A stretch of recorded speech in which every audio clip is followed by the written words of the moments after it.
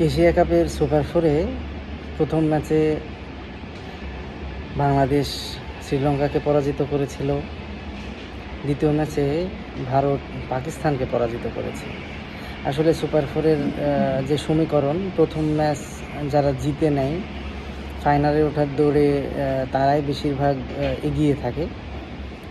তবে বাংলাদেশ এর আগেও দুইবার ফাইনাল খেলেছে এশিয়া কাপের।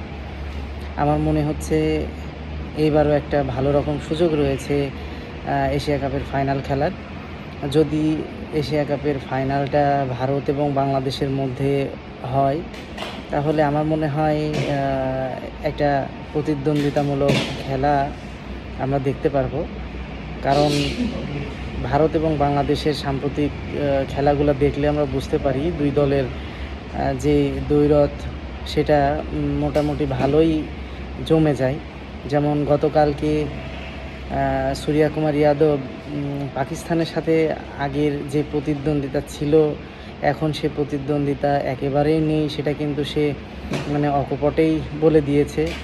আসলেই তাই, বা ভারত এবং পাকিস্তানের মধ্যেকার সর্বশেষ যেই ম্যাচগুলো হয়েছে তার প্রায় সবগুলো ম্যাচই ভারত জিতেছে। সর্বশেষ 6 ম্যাচের তো সবগুলোই ভারত জিতেছে।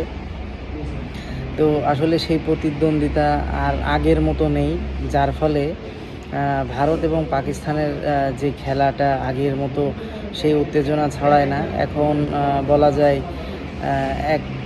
এককভাবেই ভারত নিয়ন্ত্রণ করে ম্যাচের।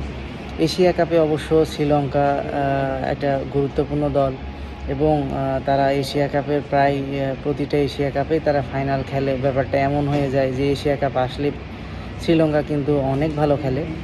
তো শ্রীলঙ্কার ক্ষেত্রে ফাইনালে ওঠাটা সমীকরণটা খুব কঠিন হয়ে গিয়েছে। প্রথম ম্যাচে তারা বাংলাদেশের কাছে হেরেছে, পরবর্তীতে ভারত এবং পাকিস্তানের সাথে খেলা রয়েছে। দুটো ম্যাচই তাকে জিততে হবে অবশ্যই।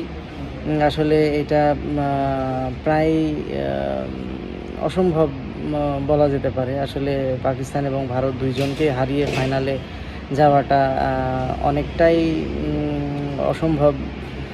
আবার পাকিস্তানের ক্ষেত্রে যে দুইটা ম্যাচ বাকি রয়েছে বাংলাদেশ এবং শ্রীলঙ্কার সাথে, দুটো ম্যাচ জিতে তারা ফাইনাল খেলবে, আসলে খুব কঠিন হয়ে যাবে। আমার মনে হয় বাংলাদেশ দুইটা ম্যাচ বাকি রয়েছে ভারত এবং পাকিস্তানের সাথে, যে কোনো একটা ম্যাচ জিতে যাবে। আমার মনে হয় যে খেলাটা সর্বশেষ খেলাটা তারা উপহার দিয়েছে, অনেক ভালো খেলেছে।